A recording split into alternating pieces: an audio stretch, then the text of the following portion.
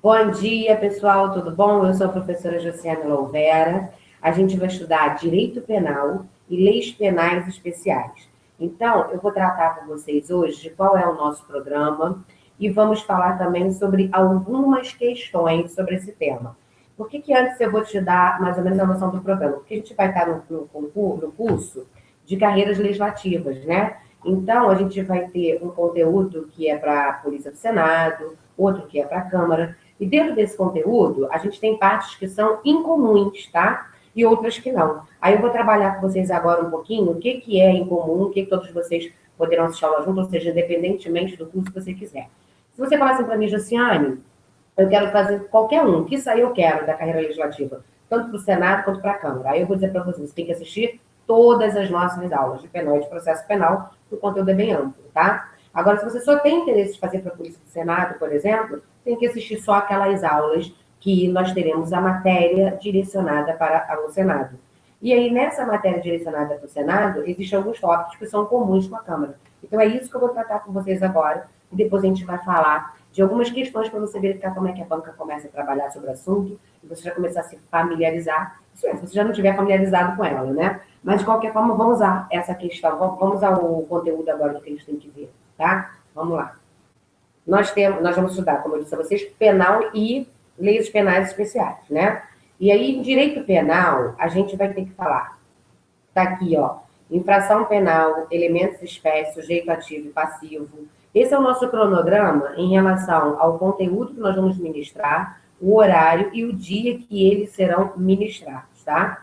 Aqui, essas 9 primeiras de direito penal, e aqui as próximas 9 de direito, de leis penais especiais. E aí, vocês tiverem esse material, então estarão com esse material em mãos, você vai saber o que eu darei a cada dia e cada hora, né?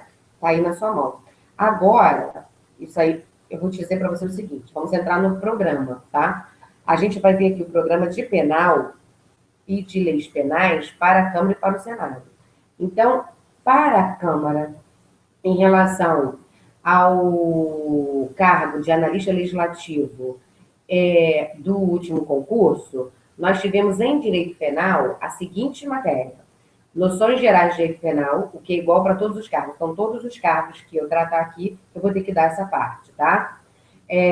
O segundo tópico, crimes contra a administração pública. Aí já não é igual para todos os cargos, só para o Senado. Então, só quem vai estudar para analista legislativo com atribuição de consultor legislativo é que vai estudar esse ponto de crime contra a administração pública junto com o Senado, os outros cargos não, tá?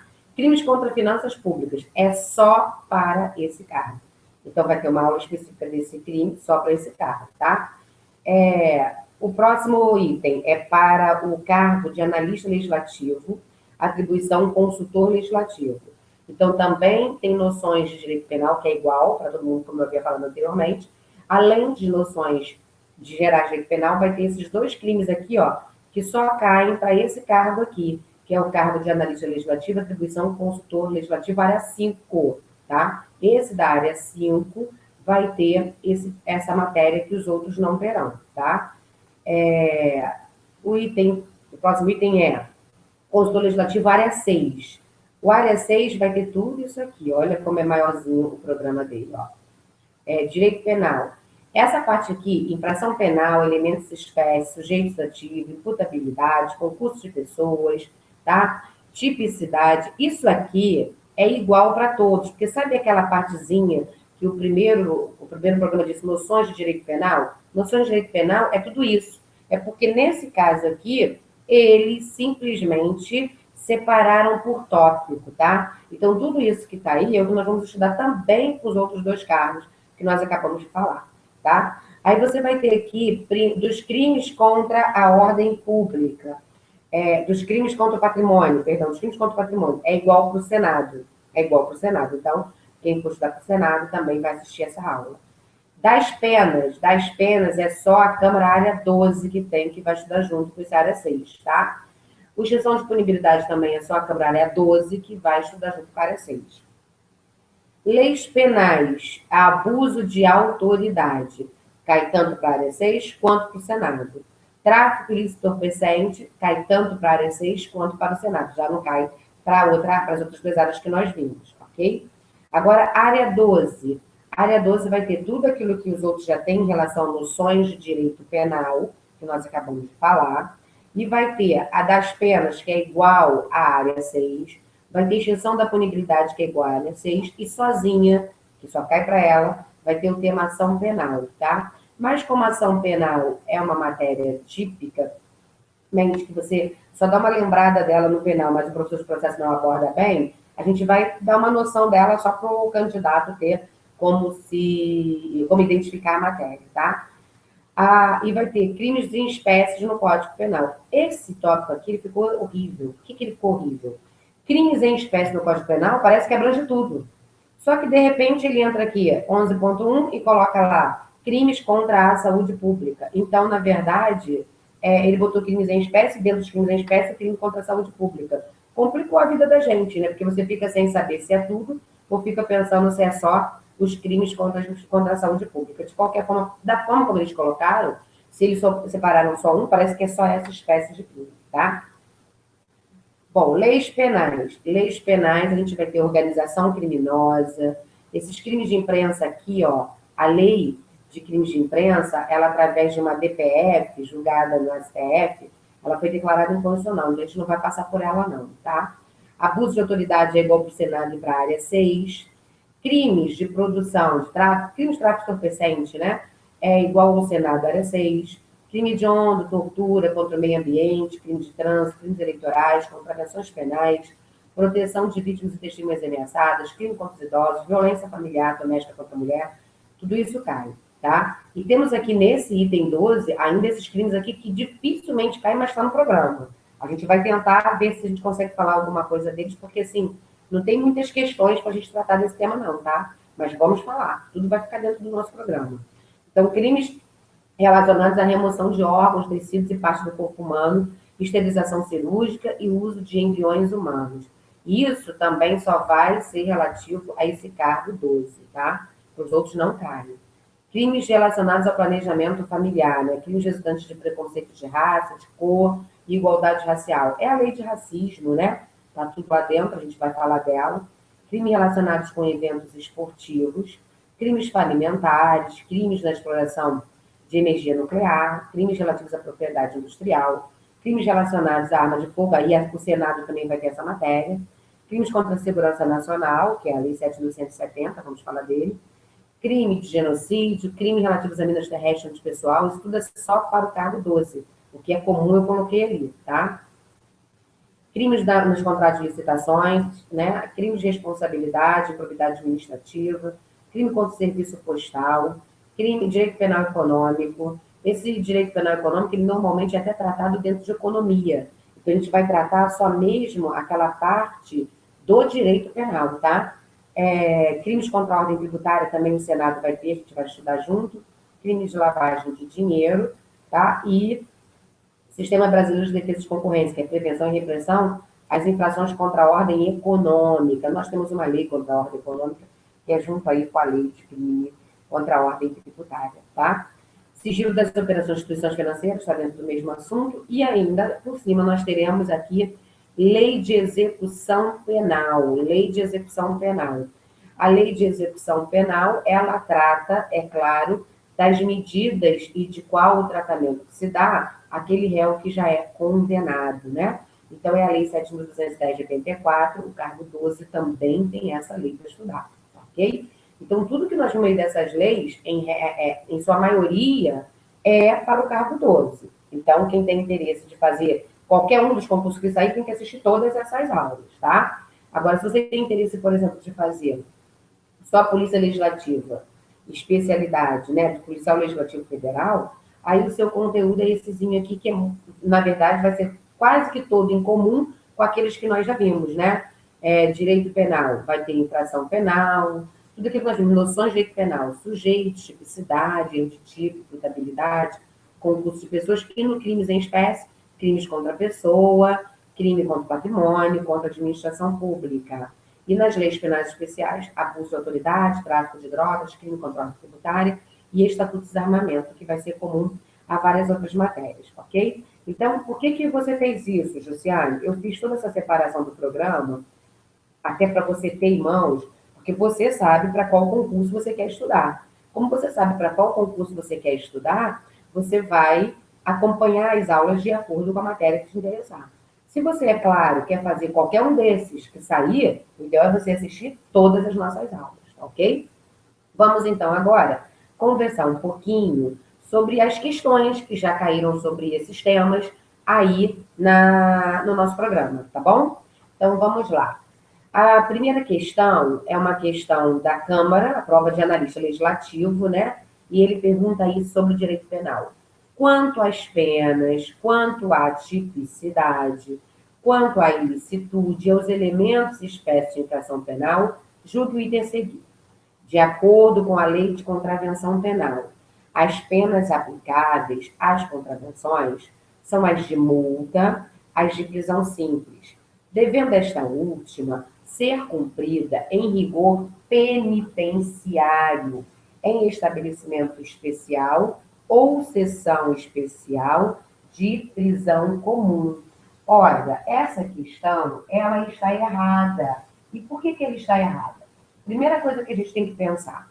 Josiane, na lei de contravenção, eu encontro as contravenções penais, certo? Certo. Se você abrir agora aí a lei, na verdade o decreto, né, que trata da contravenção, que é o 3688 de 41, você vai encontrar lá no artigo 1º dessa lei já a exposição do que ela vem a ser. Mas antes, porém, eu tenho que te dizer o seguinte: na lei de introdução ao Código Penal, que é de 41 também, o legislador diz para a gente que infração penal é um gênero, do qual nós teremos como espécie os crimes e as contravenções penais. E que os crimes serão aquelas infrações penais punidas com pena privativa de liberdade, de reclusão, de detenção e ou multa, tá claro? Enquanto que as contravenções penais, elas são aquelas infrações penais punidas com a pena de multa, pode ser só multa, tá? Pode ser só ela, e a privativa de liberdade de prisão simples. É isso que diz. Então, você pode ter contravenção penal punida só com multa. Você pode ter contravenção penal punida só com prisão simples. E você pode ter contravenção penal punida com prisão simples ou multa. Mas o legislador, ele diz para a gente que a contravenção penal, quando punida com prisão simples, deve ser cumprida sem rigor penitenciário, em estabelecimento especial ou em sessão especial comum, mas não é exclusivamente no regime aberto, tá? O legislador, se você quiser, para você depois ver aí certinho o seu material, isso está no artigo 6º do decreto, tá?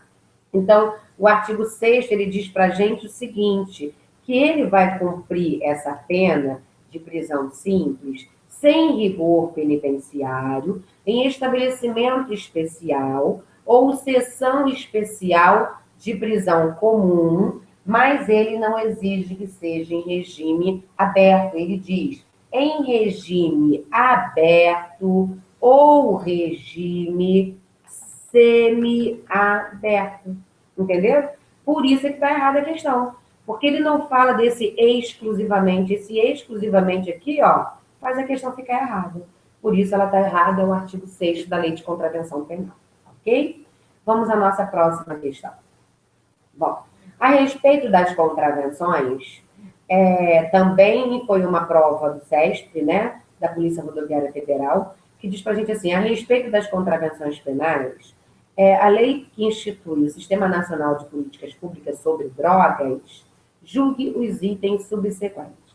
Considere que determinado cidadão esteja usando publicamente uniforme da PRF, função pública que ele não exerce. Nessa situação, para que esse cidadão responda por contravenção penal, é necessário que sua conduta cause efetivo prejuízo para o Estado ou para outra pessoa, errado, pessoal. Por que errado? Vou te falar por quê. Porque as contravenções penais são são infrações penais que são normalmente consideradas de perigo abstrato. Ela, em regra, quase que todas são consideradas. Na verdade, se você pegar a doutrina, ele vai dizer para a gente o quê? Olha, as contravenções penais são infrações de perigo abstrato. Então, elas normalmente são infrações de mera conduta. Então, o simples usar o uniforme, seja da PRF ou de qualquer outro órgão, já é um crime de mera conduta, ainda que ele não cause efetivo prejuízo para o Estado. Se você abrir a sua lei de contravenção penal e você for lá no artigo 46, ele vai dizer para você exatamente isso, que usar publicamente, que é o caso da questão, uniforme, distintivo de função pública que você não exerce, ou usar indevidamente sinal, distintivo ou denominação cujo emprego seja regulado pelas leis, aí então você vai ter cumprido uma contravenção penal, cuja pena é de multa, se o fato não constitui crime mais grave. Então, veja que é, inclusive, uma infração penal subsidiária. Porque se, porventura, você pratica essa conduta de usar publicamente o uniforme e ainda pratica alguma outra situação mais grave, você também vai responder por essa outra situação mais grave. Então, há que se verificar que a questão está errada, porque o legislador não exige que, para que esse crime seja configurado, ele tem que efetivamente causar prejuízo para o Estado ou para quem quer que seja, já que se trata de um crime, de uma contravenção de mera conduta. Também está no artigo 46 do decreto 3688 de 41, ok? Vamos lá para a próxima questão. No que se refere às contravenções penais, aos crimes em espécies e às leis penais extravagantes, julgue os itens a seguir com base na jurisprudência dos tribunais superiores. A tentativa de contravenção penal, mesmo que factível, não é punida. Gente, verdade, a questão está correta. O que eu quero que você perceba?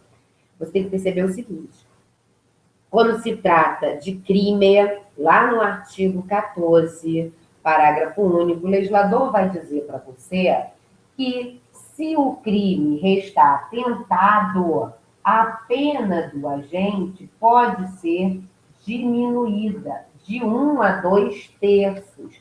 Você encontra isso lá no Código Penal, no artigo 14. Então, os crimes, em se tratando de crime, nós temos a hipótese do crime tentado e temos a hipótese do crime continuado, ou perdão, do crime tentado e do crime consumado. Então, o artigo 14 vai dizer assim: disse que o crime é consumado quando consumado, quando nele se reúne todos os elementos da definição legal. Exemplo, matar alguém, atirei, a pessoa caiu, morreu, crime está consumado, ok?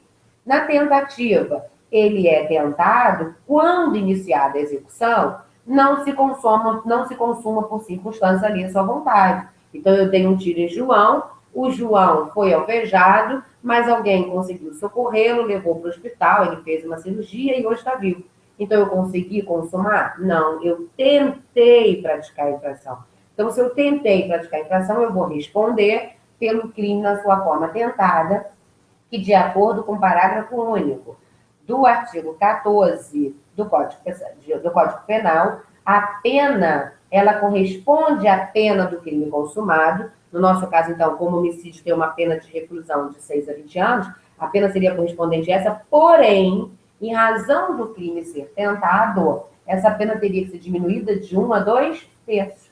Agora, ao contrário do que acontece com o crime, que você vê lá no artigo 14 do Código Penal, que admite a tentativa, no que se trata de contravenção penal, o artigo 4º do decreto 3688, ele diz de forma expressa que não é punível a tentativa. Então, não há que se falar em punição de tentativa. Muito cuidado com isso na sua prova, é uma questão que a banca adora. Aliás, todas as bancas adoram perguntar sobre isso, porque o candidato já está tão acostumado a estudar o crime, já está tão acostumado a saber que no caso tentativa é diminuição de pena, que ele acaba diante das circunstâncias, o nervosismo da hora da prova, toda aquela situação, ele acaba se equivocando e marcando que é possível a punição por tentativa, quando na verdade o artigo 4º do decreto 368 diz que não. Aí você vai falar para mim, poxa, Josiane, mas se já tem o Código Penal, esse decreto ele está recepcionado de acordo com a Constituição? Está recepcionado, sim. E como ele é norma especial em relação às contravenções, ele se aplica às contravenções. Nós só vamos aplicar o Código Penal em relação às contravenções naquelas opções que a lei de contravenção for omissa, tá claro? Ou então naquelas hipóteses que já se considera a contravenção revogada, tudo bem? Fora isso, você vai aplicar a lei de contravenção, tá? Vamos para a nossa próxima questão. Com base na interpretação doutrinária majoritária e no entendimento dos tribunais superiores, julgue o item. Apesar de, no campo fático, ser possível ocorrer tentativa de contravenção, esta não se desenvolve na forma tentada, portanto, não é penalmente alcançável. Perfeita. Veja, eu não disse a você que o examinador gosta dessa pergunta? Em concursos distintos, para cargos distintos, ele repetiu a mesma coisa, o mesmo assunto, porém de forma diferente. Então, se você analisa a questão 3 e a questão 4, você vê que ele está querendo saber o quê? Se a contravenção admite ou não a tentativa. Porém, na hipótese da 3, ele perguntou de forma direta, a tentativa de contravenção, mesmo que factível, não é punida, não é mesmo. E na questão 4, ele já perguntou, apesar de no campo fático, quando ele fala campo fático, é a mesma coisa que falar que mesmo que factível. Como assim, Josiane? Deixa eu explicar para você. Vamos imaginar uma contravenção de vias de fato. O que é vias de fato, né?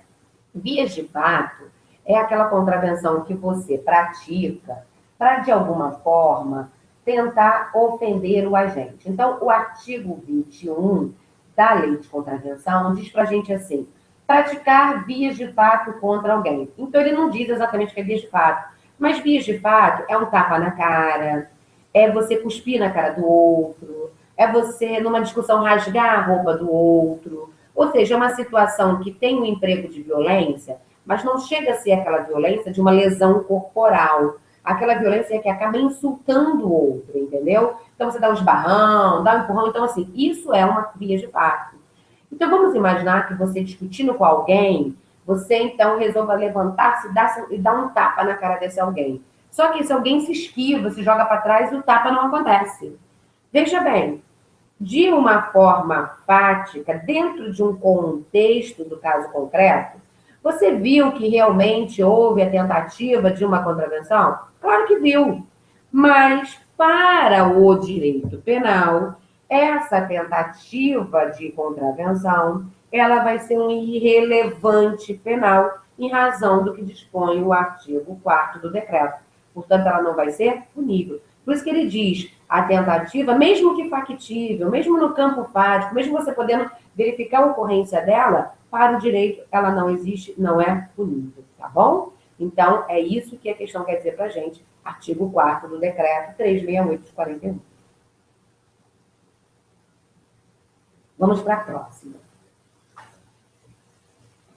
A respeito dos crimes hediondos, julgue o item que se segue. A respeito dos crimes hediondos, julgue o item que se segue. Vamos lá. Qual é o item? O crime de lesão corporal dolosa, de natureza gravíssima. Ah, só lembrando o seguinte, a lei de crime hediondo é a 8.072 de 90, tá? E essa lei, ela sofreu várias alterações no ano de 2015, tá? Então, você fique atento a essa lei, porque nós temos algumas infrações previstas hoje como crimes hediondos em razão de algumas alterações ocorridas no nosso Código Penal também nos anos de 2014 e de 2015, tá? Então, atente-se para isso. Vamos lá. A lesão corporal dolosa de natureza gravíssima é hediondo, quando praticado contra cônjuge, companheiro ou parente consanguíneo de até terceiro grau, de agente de polícia rodoviária e integrante do sistema prisional, de Força Nacional e de Segurança Pública em razão dessa condição. Gente, olha só, a questão, ela está correta, porque a lei de crimes hediondos, ela teve uma alteração incluída pela Lei 13.142 de 2015. E a Lei 13.142 de 2015, ela fez se acrescentar no artigo 1º da Lei 8.072, ao inciso 1, o chamado inciso 1A. Então, hoje, praticar lesão corporosa de natureza gravíssima e lesão corporal seguida de morte, quando praticadas contra a autoridade ou os agentes descritos no artigo 142 da Constituição, serão vocês no futuro, no artigo 144 da Constituição, integrantes do sistema prisional, de Força Nacional de Segurança Pública, no exercício da função pública ou em decorrência dela, ou contra o seu cônjuge, companheiro, parente consanguíneo até o terceiro grau, em razão dessa condição. Ou seja, não basta você praticar um crime de lesão corporal gravíssima contra um policial, contra um agente público, contra um integrante do sistema prisional, contra um integrante das Forças Armadas. Não basta só isso, tá? É necessário que você pratique essa infração com a finalidade de estar atingindo o agente, em razão do cargo, tá? Ou ele está no exercício do cargo, ou você está agindo em razão do cargo que ele tem. Se essa é a sua finalidade, aí sim você vai responder pela lesão corporal gravíssima como sendo hedionda, de acordo com o artigo 1º, inciso 1A da Lei 8.072 de 90. Então, cuidado, que não basta praticar lesão corporal gravíssima, tá? Nem praticar lesão corporal seguida de morte, não basta isso. Ela tem que ser praticada contra essas autoridades ou esses agentes do artigo 142 e 144, desde que eles estejam no exercício da função ou em decorrência dela. E o seu cônjuge, companheiro ou parente consanguíneo até o terceiro grau, em razão dessa condição. Ou seja, em razão da condição de ser um familiar desse agente, ok? Portanto, essa questão está correta, tá? Está lá no artigo 1º, inciso 1A da Lei 8.072 de 90. Perfeita a alternativa. Vamos à próxima. Gerson, com 21 anos de idade, e Gilson, com 16 anos de idade, foram presos em flagrante pela prática de crime.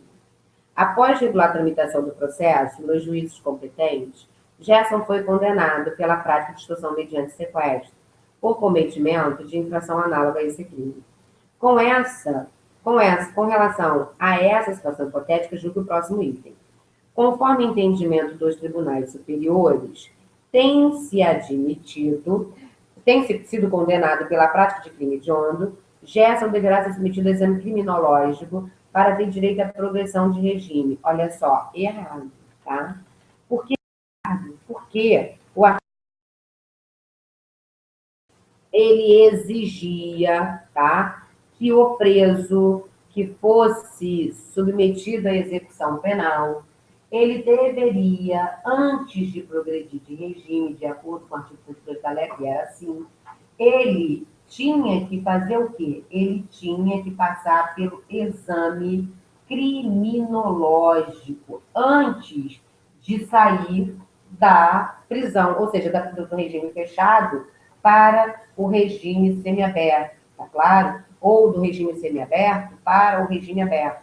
Todas as vezes que ele tivesse que fazer uma progressão, ele teria que ser submetido necessariamente ao exame criminológico. Por quê?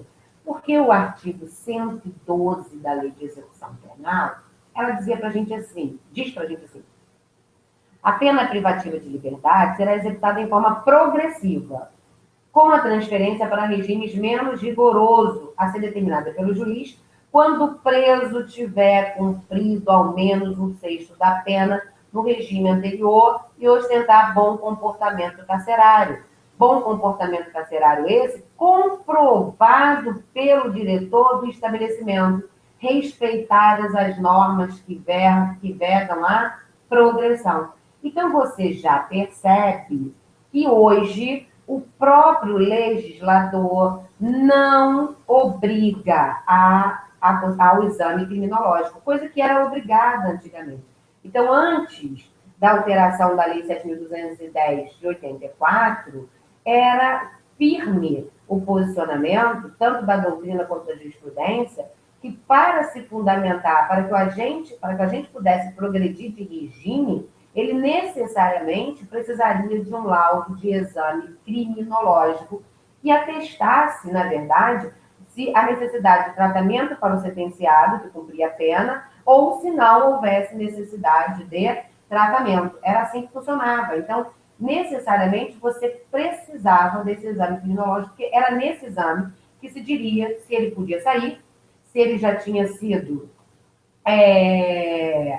na verdade, ele já tinha se restabelecido, se ele já tinha se ressocializado, se ele já estava em condições de voltar ao mundo da gente, à sociedade normal. Então, com o advento da alteração da Lei 7.210, não há mais essa necessidade, ok? E é bom que você coloque aí, porque existe uma súmula sobre esse tema, né? Que é a súmula 439 do STJ. Essa súmula 439 do STJ, ela diz para a gente de forma expressa que admite o exame criminológico pelas peculiaridades do caso, desde que em decisão motivada. Então, vamos lá.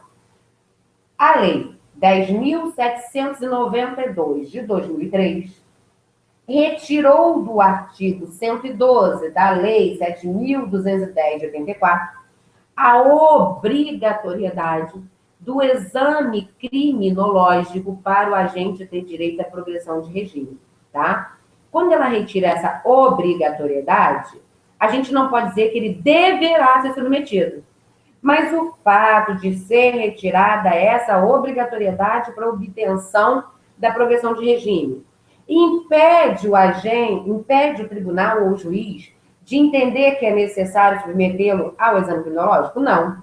Isso é o que diz a súmula 439, tá claro? Então, se a questão dissesse assim, Gerson poderá, a critério do órgão de juiz de execução, diante das peculiaridades do caso, mediante decisão fundamentada, ser submetido ao exame criminológico, aí a questão estava certa. Mas o deverá nos traz uma conotação de obrigação, e essa obrigação hoje não existe mais, tá claro? Então, a resposta é errada face ao fato de que hoje o exame criminológico não é mais um requisito objetivo nem subjetivo para que o agente tenha direito à progressão de regime. Embora ele não seja obrigatório, a súmula permitiu essa possibilidade de submeter o agente em razão da peculiaridade de cada caso, ok?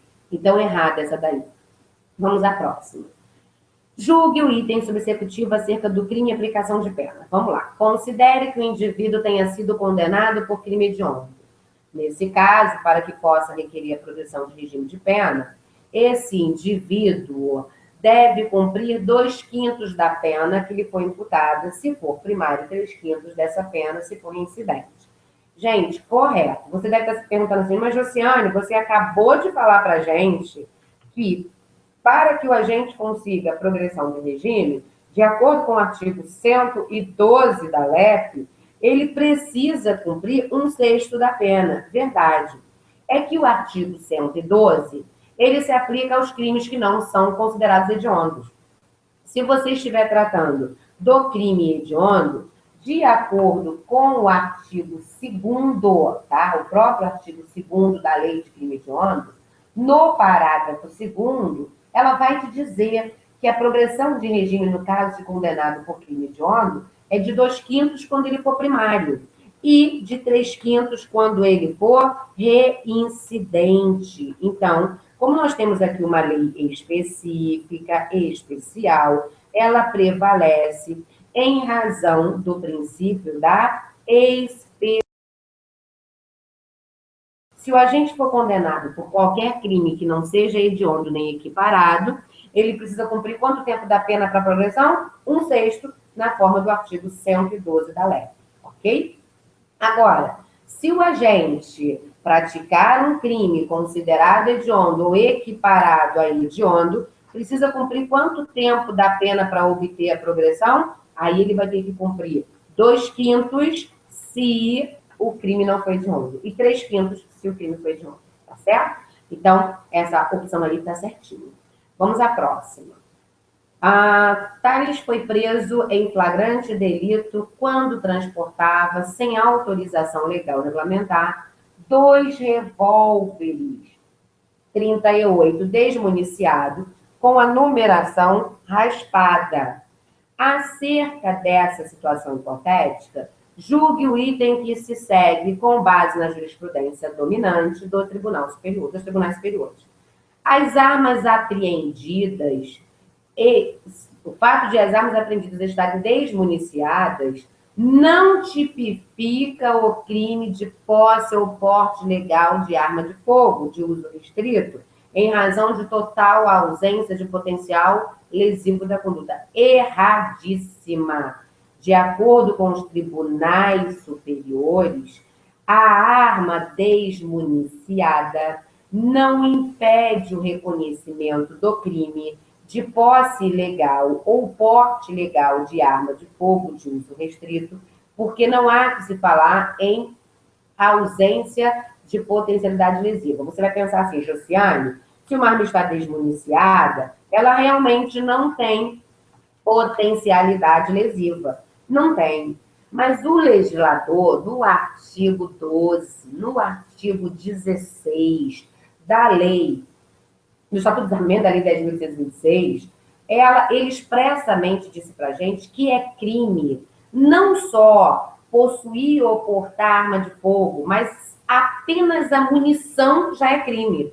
Então, você percebe que quando o legislador diz que portar ou possuir a munição é crime, é que a preocupação dele transcende a incolumidade pública, ultrapassa a simples proteção da incolumidade pública. Ele quer muito além disso quando ele criou o Estatuto de Desarmamento. Ele, na verdade, ele quer ter o Estado quer ter o controle de quais são as armas e munições que estão dentro do território nacional. Óbvio que cada um desses crimes tutelam a incolumidade. É óbvio que eles vão tutelar isso, né? Eles querem tutelar a comunidade das pessoas, eles querem que a gente não tenha violado a nossa integridade física. É claro que é isso. Mas não é só isso, transcende a isso. Vai além disso. Eles querem um controle geral do que existe de armas e de munições. Portanto, não importa se ela está desmuniciada, não importa se ela está desmontada, não importa se você é apenas encontrado com a munição e o crime vai acontecer. Portanto, está errada, porque o entendimento jurisprudencial majoritaríssimo, quase que unânime, vai ser no sentido de que estar desmuniciado tipifica, sim, o crime de posse ou porte ilegal de arma de fogo, ok? Vamos à próxima. 9.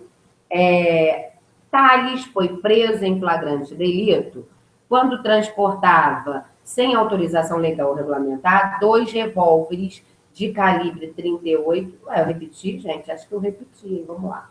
Deixa eu ver se é a mesma. Raspada. Acerca dessa situação... já sei. Peraí, tá? Gente, repetida. Não, é porque o enunciado é repetido, mas a resposta é diferente. Vamos lá. Então, Tales foi preso em flagrante delito quando transportava sem autorização legal regulamentar 2 revólveres de calibre 38 desmuniciado e com numeração chaspada. Acerca dessa situação, julgue o item que se segue, com base na jurisprudência dominante. A apreensão de armas de fogo configura concurso dessas armas configurou concurso formal de crime. Gente, não configura, é crime único, tá? Se são armas de fogo de mesmo calibre, ou seja, da mesma natureza, 2 revólveres 38 desmuniciados.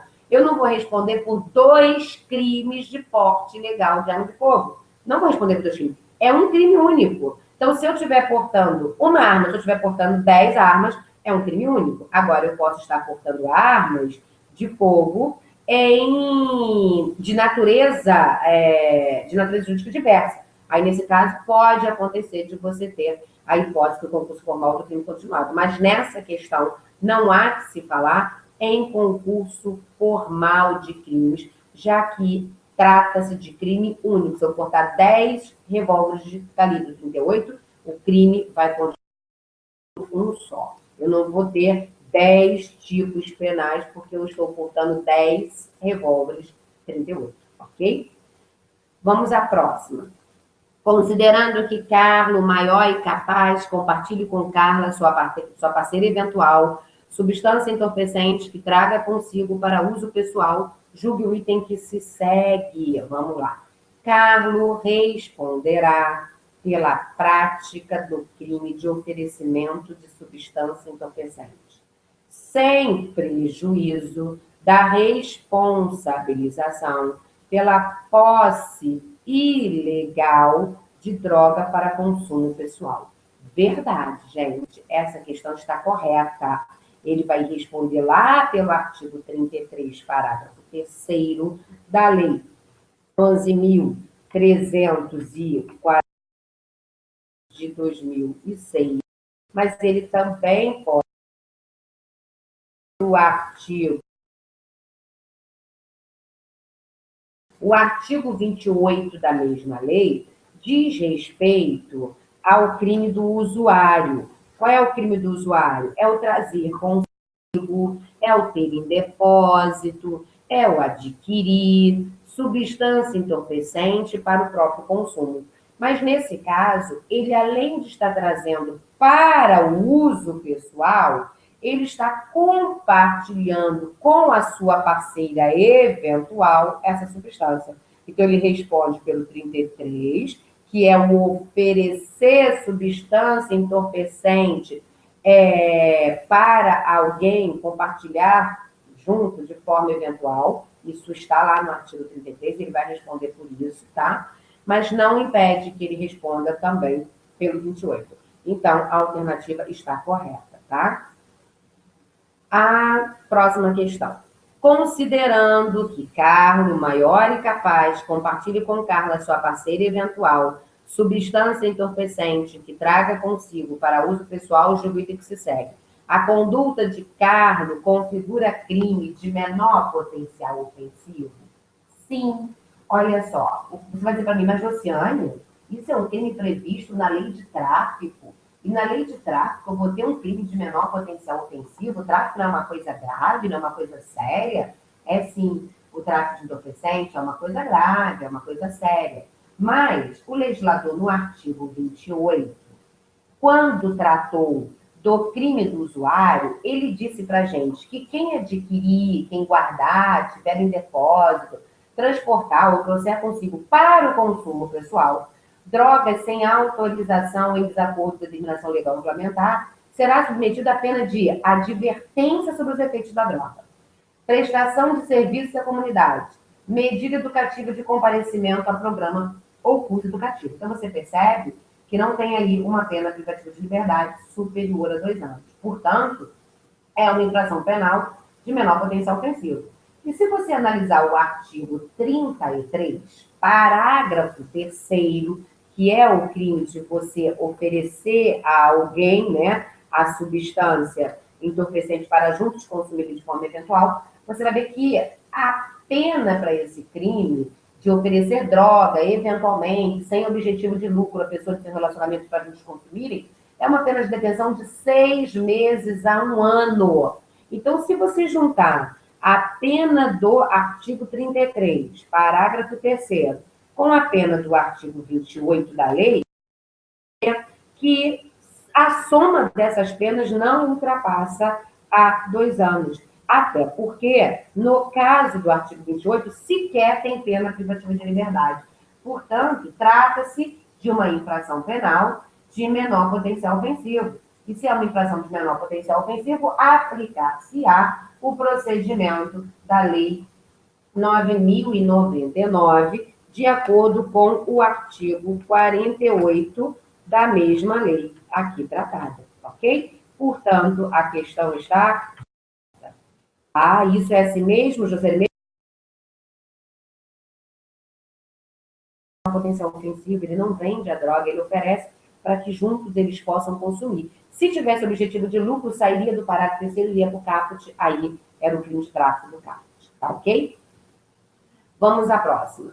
Em razão dessa lei, em relação à lei 2.850, tá? A lei 2.850 é a lei que trata dos crimes praticados por organizações criminosas. Na verdade, é a lei que trata da organização criminosa. É uma lei aí que está, na verdade, em alta, né? Até em razão do momento que o país está vivendo. Você vai ter, com certeza, muitas questões a respeito desse tema. Então, vamos lá.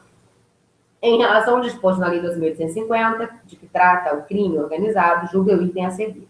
Em razão dessa lei ser o que se denomina novatio legis incriminadora, sua aplicação restringe-se aos casos em que a prática dos crimes tenha se dado a partir da data de sua vigência, sob pena de violação ao princípio da irretroatividade da lei mais gravosa.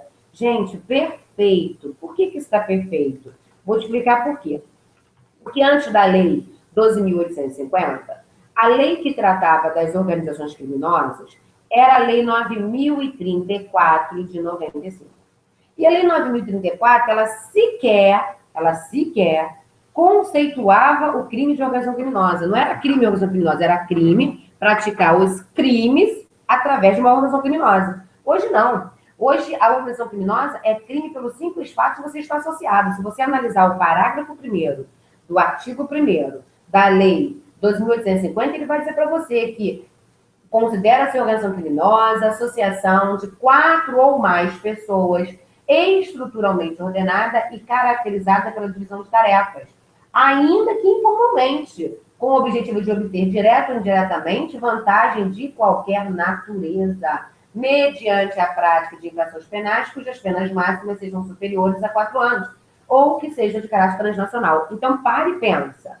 Hoje, o simples fato de haver essa organização com essa finalidade, mesmo sem que tenha praticado crime com pena superior a 4 anos, mesmo antes, só o fato de eles terem se organizado já é crime. Então, é claro que é uma lei incriminadora diante da lei anterior. Então, é uma lei prejudicial, é uma novatio legis impejus. Se é uma novatio legis impejus, uma nova lei que prejudica, a gente sabe que ela não retroage face ao que nós temos previsto no artigo 2º do Código Penal, que só se admite retroatividade de lei penal mais benéfica, ok? Vamos à próxima. Em relação à mesma lei, a Lei 2.850, julga o item a seguir. Nos termos dessa lei, a organização criminosa é a associação de, no mínimo, 4 pessoas, verdade. Eu até preciso a associação de 4 ou mais pessoas estruturalmente organizada, ordenada e caracterizada pela divisão de tarefas com estabilidade, né, verdade? Com estabilidade para ou da permanência caracteriza como concurso eventual de agente dotado de natureza passageira. Então, veja bem, nos termos dessa lei, é crime de associação criminosa estar reunido 4 ou mais pessoas com estrutura ordenada, divisão de tarefa, com estabilidade e permanência? Perfeito. Se não houver essa estabilidade ou a permanência, exigida pelo legislador no artigo 1º, parágrafo 1º da Lei 2.850, não se trata de organização criminosa, trata-se apenas de um concurso eventual de pessoas, regido pelo artigo 29 do Código Penal, ok? Então, a questão está certa, é o artigo 1º, inciso 2 da Lei 12.850 de 2013, certinha a alternativa. Vamos à próxima. Lúcia cumpre pena em regime aberto. Lúcia cumpre pena no regime aberto e Ana no regime fechado, após condenação por prática de crime. Ambas trabalham e cursam o ensino médio. Considerando essa situação hipotética que dispõe a Lei de Execução Penal acerca do Instituto da Remissão, julgo o seguinte: Ana tem direito à remissão de um dia de sua pena para cada 12 horas de frequência escolar. E se concluir o ensino médio com certificação por órgão competente do sistema de educação, enquanto estiver cumprindo a pena, será beneficiada com a adição de 1/3 ao tempo remido em função das horas de estudos. Verdade, verdade. Deixa eu explicar para você uma coisa. O legislador, com a reforma, na verdade, com a alteração de alguns artigos da Lei 7.210 de 84, que é a Lei de Execução Penal, ele optou por fomentar aos condenados o estudo, ou seja, para fazer com que os condenados continuem estudando, mesmo que fora do cárcere. Então, o que aconteceu? Ela está em regime aberto. Ela não tem obrigação de estudar para obter esse regime aberto, mas, como forma de entusiasmar essa pessoa a continuar nos estudos, ele dá essa possibilidade dela remir esse tempo de pena. Portanto, a questão está correta, tá? Você encontra isso no artigo 126, parágrafo 1º, inciso 1 da Lei 7.200 de 84. Aí você vai perguntar para mim, Josiane, a Ana também pode trabalhar para poder conseguir a diminuição dessa pena pela remissão? Claro. Se ela estuda, é exatamente como a questão diz. É remissão de um dia para cada 12 horas de frequência escolar. 12 horas que tem que se dividir em pelo menos, né? Dividida em pelo menos 3 dias de estudo. Não posso dar 12 horas no mesmo dia, não, tá? O legislador exige isso no inciso 1 do parágrafo 1º. Quanto ao trabalho, ela pode, para cada 3 dias trabalhar, um dia da pena para quem está no regime fechado ou no semiaberto. Já em relação ao regime aberto, não tem essa remissão. Mas no regime fechado e semiaberto, você vai fazer essa remissão, tá? Então, pode se remir tanto pelo estudo quanto pelo trabalho. Vamos à próxima. João é empregado de uma empresa terceirizada que presta serviço de vigilância a órgão da administração pública direta, subtraiu o aparelho celular da propriedade de José, servidor público que trabalha nesse órgão. A respeito dessa situação hipotética, julgue o item a seguir.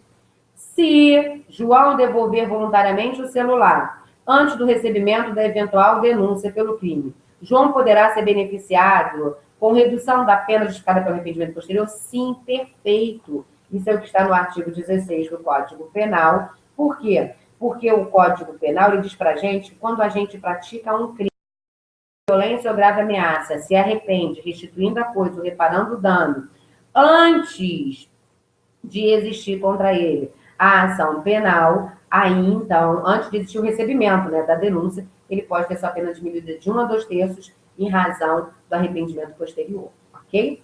Segundo, o ato praticado por João configura crime de peculato furto, verdade? Em que o sujeito passivo imediato é José, e o sujeito passivo imediato é a administração pública. O ato praticado por João configura crime de peculato furto em que o sujeito passivo imediato é José e o sujeito passivo imediato é a administração pública. Repetiu isso aqui. Olha aqui.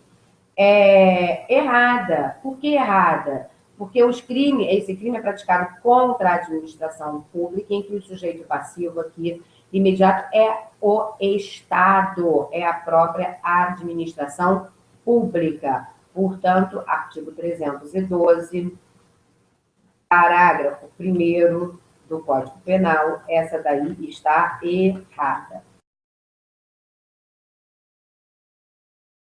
É funcionário público, não é funcionário público, por equiparação, devendo ser a ele aplicado o procedimento especial previsto no Código Penal que possibilita a apresentação de defesa preliminar antes do recebimento da denúncia. Olha só, João é empregado de uma empresa terceirizada que presta serviço de vigilância.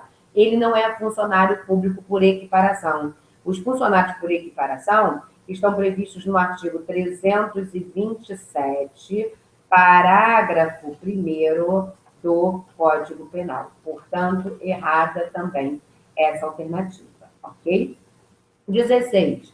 A respeito dos crimes contra a pessoa e contra o patrimônio, julgue o item a seguir. Julgue o item que se segue. Vamos ver o item que segue. Situação hipotética. Thelma, sabendo que sua genitora, Júlia, apresentava sérios problemas mentais que retiravam dela a capacidade de discernimento com o intuito de receber a herança decorrente de sua morte, induziu-a a cometer suicídio. Em decorrência da conduta da sua filha, Júlia cortou os próprios pulsos, mas apesar das lesões corporais graves sofridas, ela não faleceu.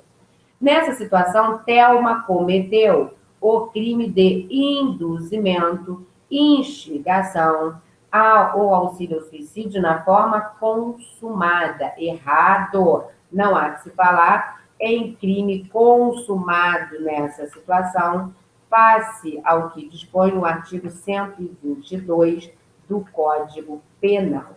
Errada, portanto. Vamos a outra.